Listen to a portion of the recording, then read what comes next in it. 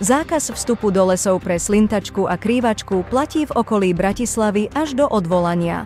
Jeden z najbohatších Slovákov, Patrik Tkáč, musel utratiť 1500 kráv, no s opatreniami nesúhlasí a žiada zásah Európskej únie.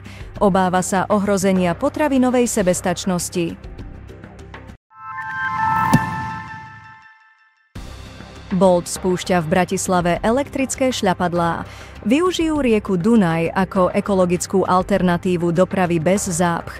Šľapadlá s elektromotorom budú dostupné od Tyršovho nábrežia po Devín.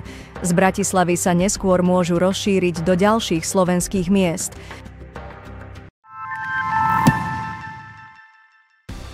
Od apríla 2025 platí na Slovensku transakčná daň pre podnikateľov.